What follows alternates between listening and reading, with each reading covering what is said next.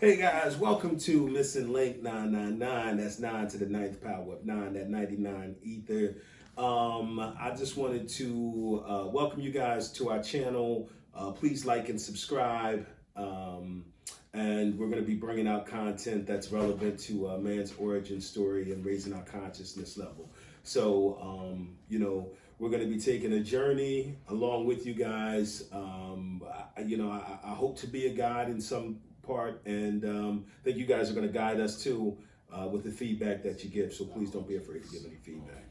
Today's subject, we are exploring not only who is God, but is the God of the Christian Bible and Jewish Torah a person or being of color? And if some of you are asking, why is that even important? Well, because especially for myself being an African American, without a true connection to my people's history, to say that we are African Americans is to only acknowledge the continent. We don't know what nations we come from within Africa. So it's hard to have a connection to a history. And so then it becomes important for those people then to be able to identify with, other people in history. And there's a lot of information out there. If you read books from Babylon to Timbuktu and other things on the subject, which point out the Hebrew Israelites migration into northern and parts of Western Africa, even Eastern Africa. And so it's a large chance that many of the slaves taken could have been from those Hebrew tribes, one of the 12 tribes spoken of in the Bible. It's also important to recognize that, when you look at the Bible is actually the Hebrew account for creation. And, so it's their creation story. Why is it that we're all using that one in particular? Why not the Native American or what have you? Native South American. We're going to go into a little bit later. There's a book, what I say it was, Breaking Out of Eden, which is actually a Native South American creation story that almost mirrors the Bible. As we dive into this material, we're going to see a lot of correlations between the Bible and other books giving historical feedback on the creation story. So, to answer the question if he's a being or a person of color, and the significance of this, of course, is because we've been flooded and inundated with white images of Jesus and God, and you've got the Michelangelo painting on the Sistine Chapel, and I think it's important to break that down.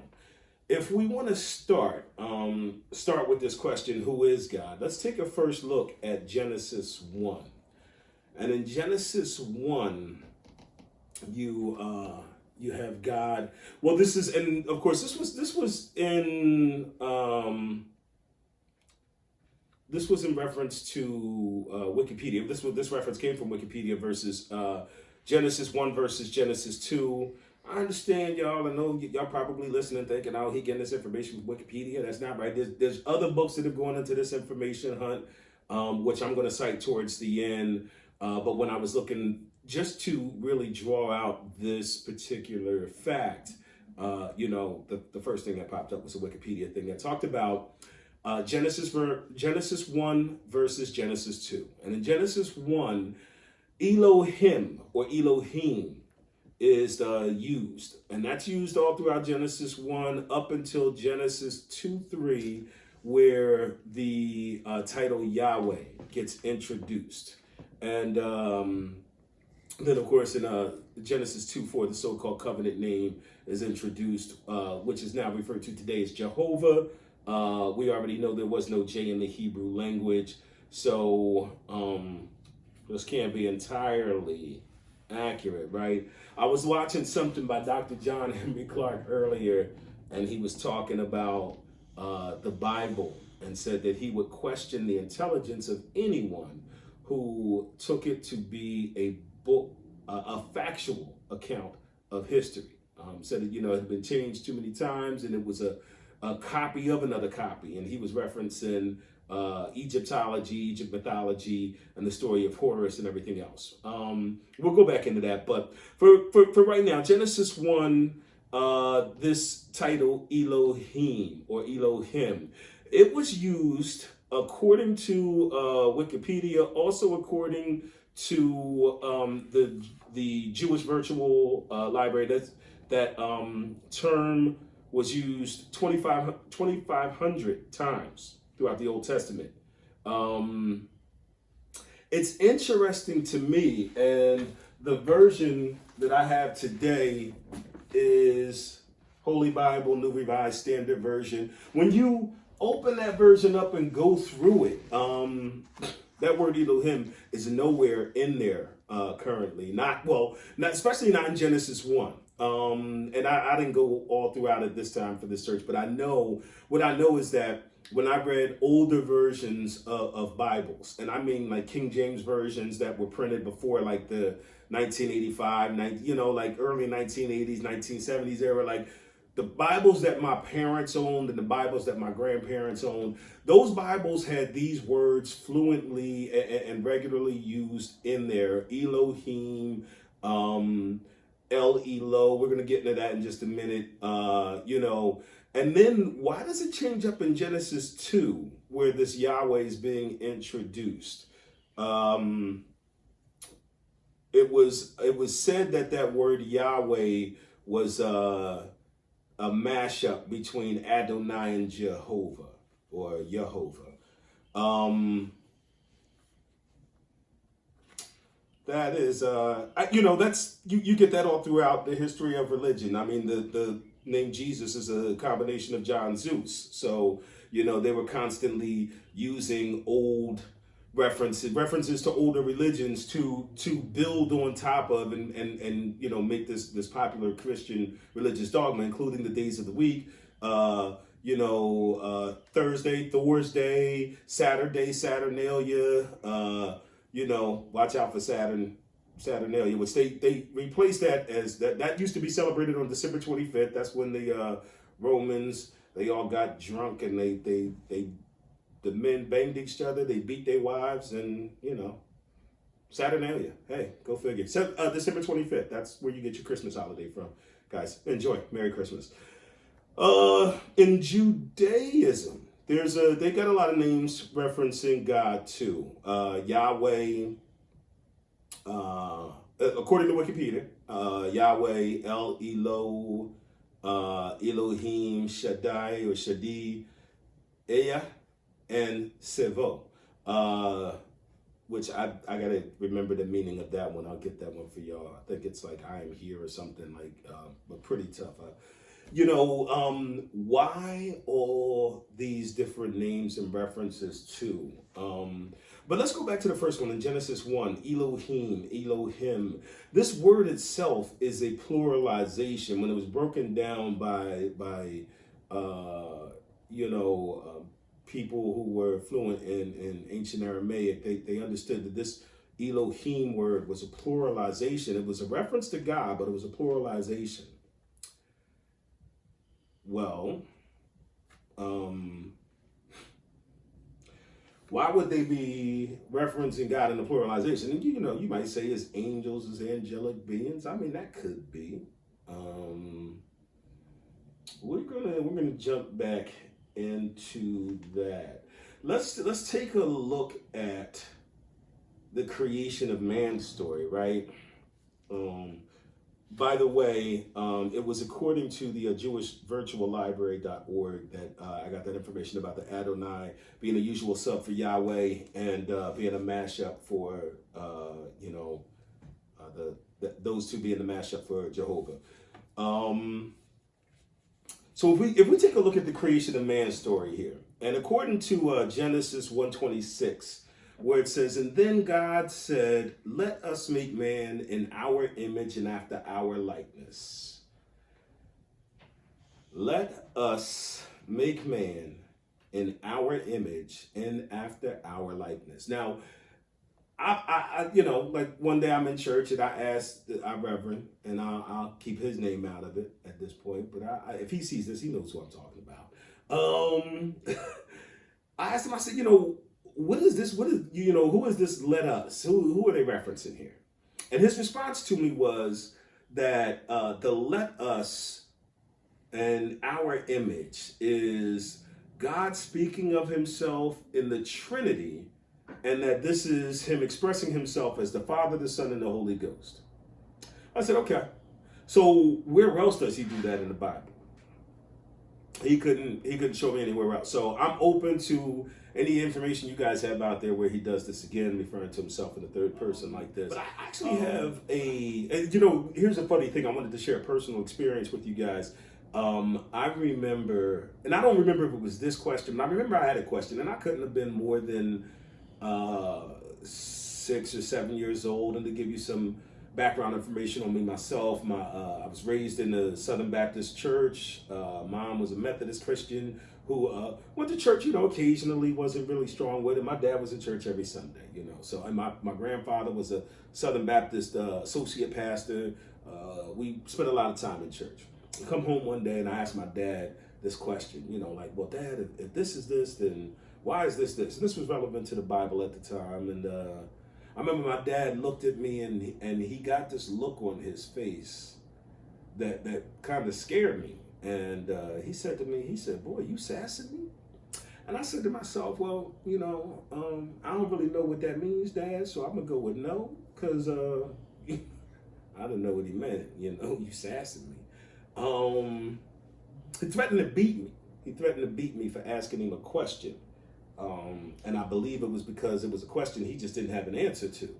And I think that's a curious thing about religion to me, that people just follow along blindly and don't look for any answers behind the meaning of certain things. And so we look at this term, let us create man in our image and after our likeness.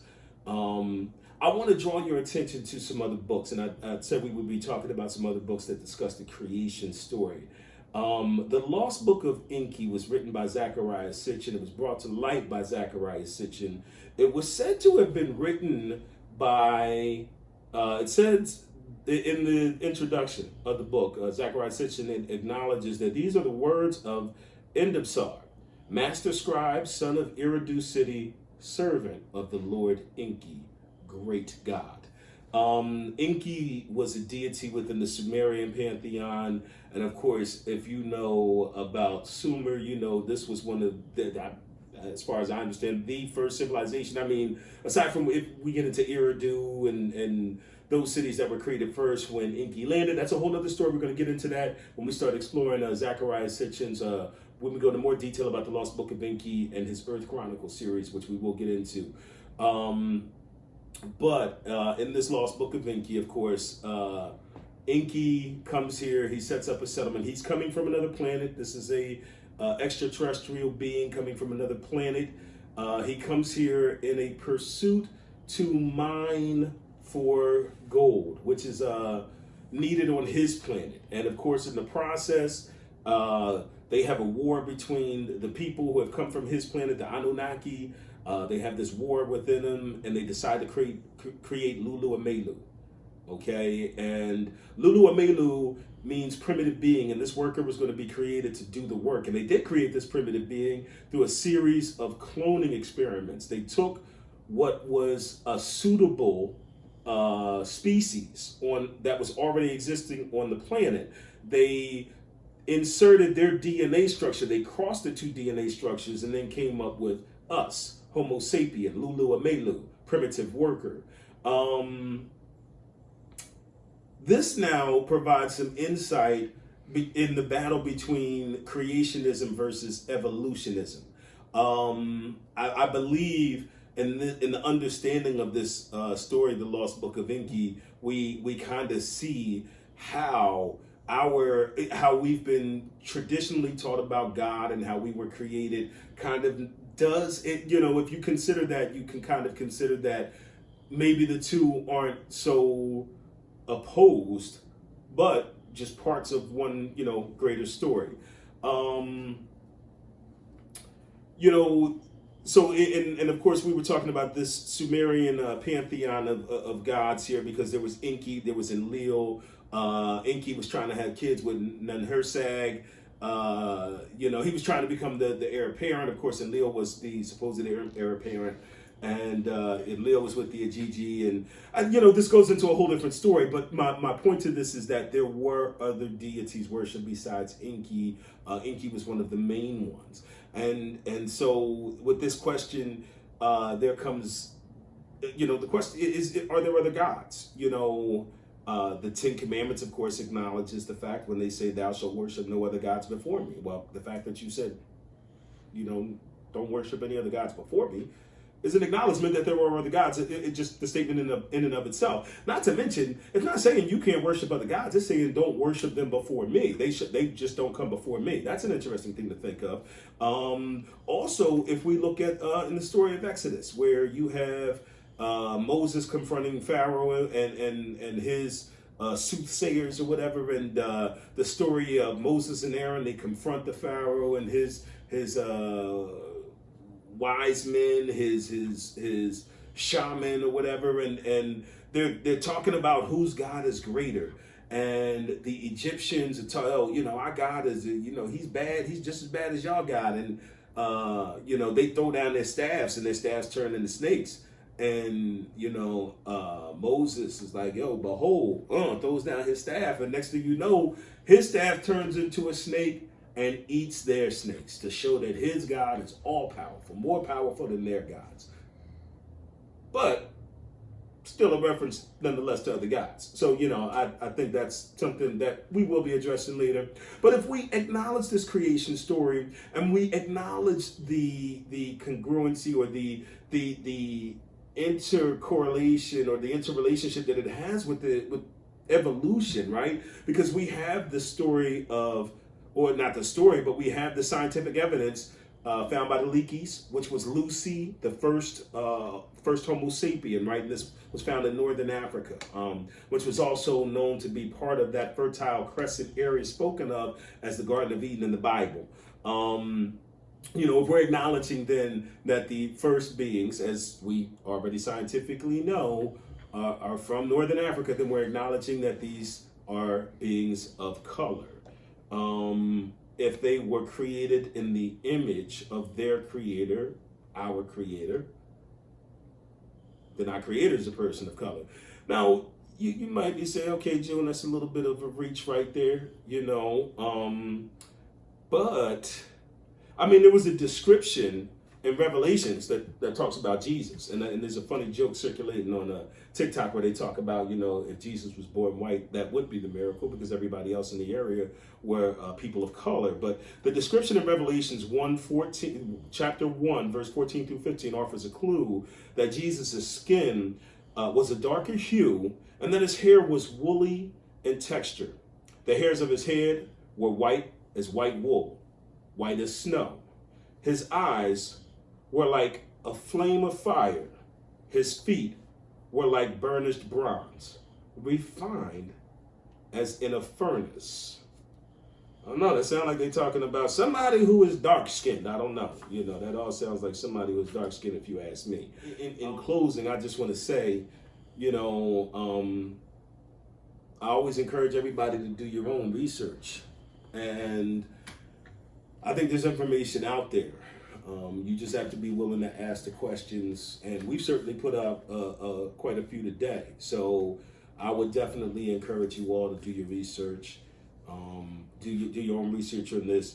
I think that if I want to, acknowledge any sources of reference material, a lot of this information has come from the Earth Chronicles and the Lost Book of Enki. All of those. The Earth Chronicles is a series of books, including the 12th Planet, the Wars of Gods and Men, and several other books. All of those by Zechariah Sitchin, and of course, lots of information by the Holy Tablets, which right there by Dr. Malachi Z. York. Dr. Malachi Z. York had a lot of information that he put out there a while ago. Z. York, of course, with the Holy Tablets.